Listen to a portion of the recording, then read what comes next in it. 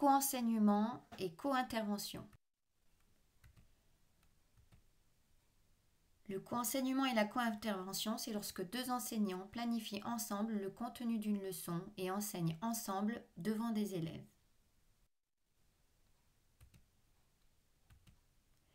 Le co-enseignement est dispensé dans le même espace classe, tandis que la co-intervention peut être dispensée dans deux espaces différents.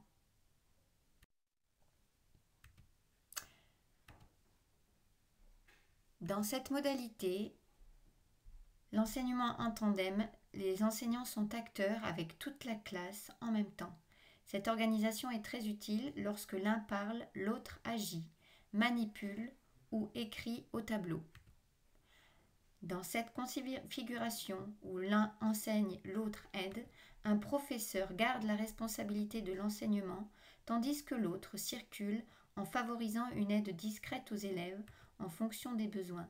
Cette organisation est pertinente lorsque l'activité risque de présenter des difficultés. Il est intéressant d'alterner les rôles.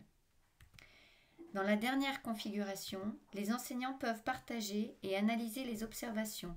Elle est utile pour observer les démarches des élèves, la compréhension des consignes, la mobilisation des élèves. Dans la configuration de l'enseignement en atelier, les enseignants se divisent le contenu. Cette organisation est intéressante quand il y a un matériel spécifique.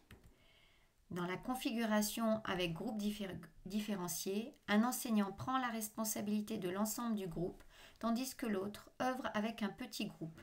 Cette organisation peut être choisie à des moments différents, au début ou à la fin d'une séance. Elle peut concerner les élèves ayant des difficultés ou au contraire des élèves à l'aise qui vont être stimulés de manière approfondie.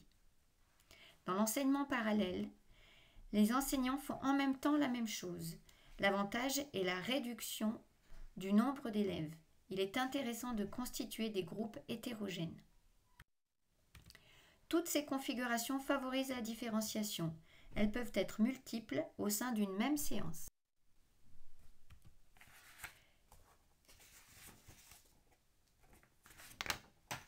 Il existe 4 catégories de co-enseignement. Le co-enseignement didactico-pédagogique qui concerne 2 enseignants d'une même école.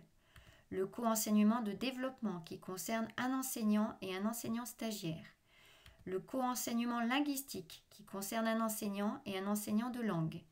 Et enfin, le co-enseignement inclusif qui concerne un enseignant et un enseignant spécialisé, spécialiste de la difficulté scolaire. Ces différentes formules permettent de mettre en œuvre des forces complémentaires au service des élèves.